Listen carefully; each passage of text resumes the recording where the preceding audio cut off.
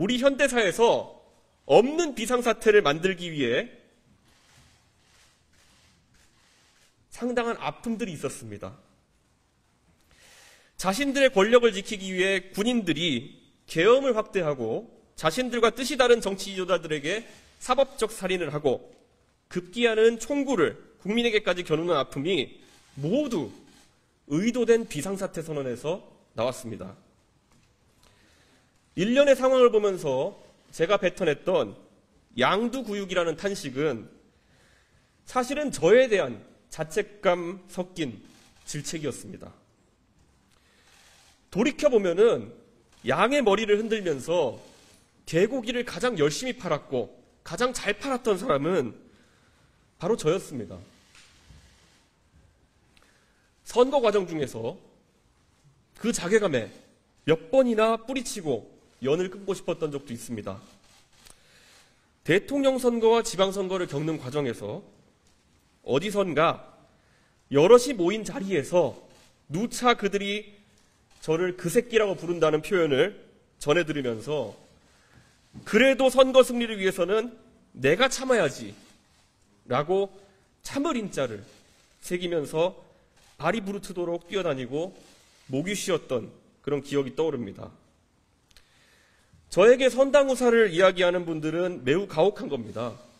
선당후사란 대통령 선거 과정 내내 한쪽으로는 저에 대해서 이 새끼 저 새끼 하는 사람을 대통령 만들기 위해서 당대표로서 열심히 뛰어야 했던 제 쓰린 마음이 그들이 입으로 말하는 선당후사보다 훨씬 아린 선당후사였습니다.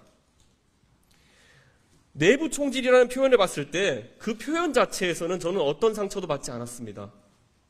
그저 올 것이 왔다는 생각과 함께 양의 머리를 걸고 진짜 무엇을 팔고 있었는지에 대한 깊은 자괴감이 다시 한번 찾아왔습니다.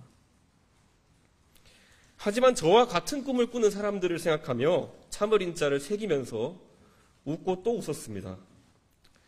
사상 처음 정당이라는 것에 가입했다면서 다시는 보수정당이 이미 썩어 문드러지고 형해화된 반공 이데올로기가 아닌 그들이 원하는 정치 과제를 다뤄달라면서 당원 가입 캡처 화면을 보내온 그 수많은 젊은 세대들에게 마약 같은 행복함에 잠시 빠졌고 전라도에서 보수정당에 대한 기대를 가지고 민원을 가져오는 도서벽지 주민들의 절박한 표정을 보면서 진통제를 맞은 듯 새벽 기차를 타고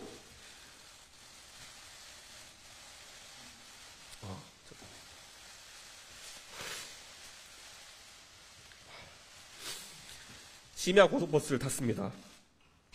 민주당 인사들은 연이은 선거에서 세대포 이론과 서진정책에 두려움을 느꼈다고 이야기합니다. 보수가 처음으로 지키기보다는 영역 확장에 나섰던 순간이기 때문입니다. 젊은 세대가 좋아하는 담론을 테이블로 끌어냈고 북한 이야기와 5.18은 폭동이라는 이야기를 술안주처럼 즐기던 일부 강성당원들을 잠재우며 증거도 없고 허무맹랑한 부정선거론과 같은 음모론을 손절했기 때문에 보수가 달라졌다는 인상을 심어줬던 것입니다.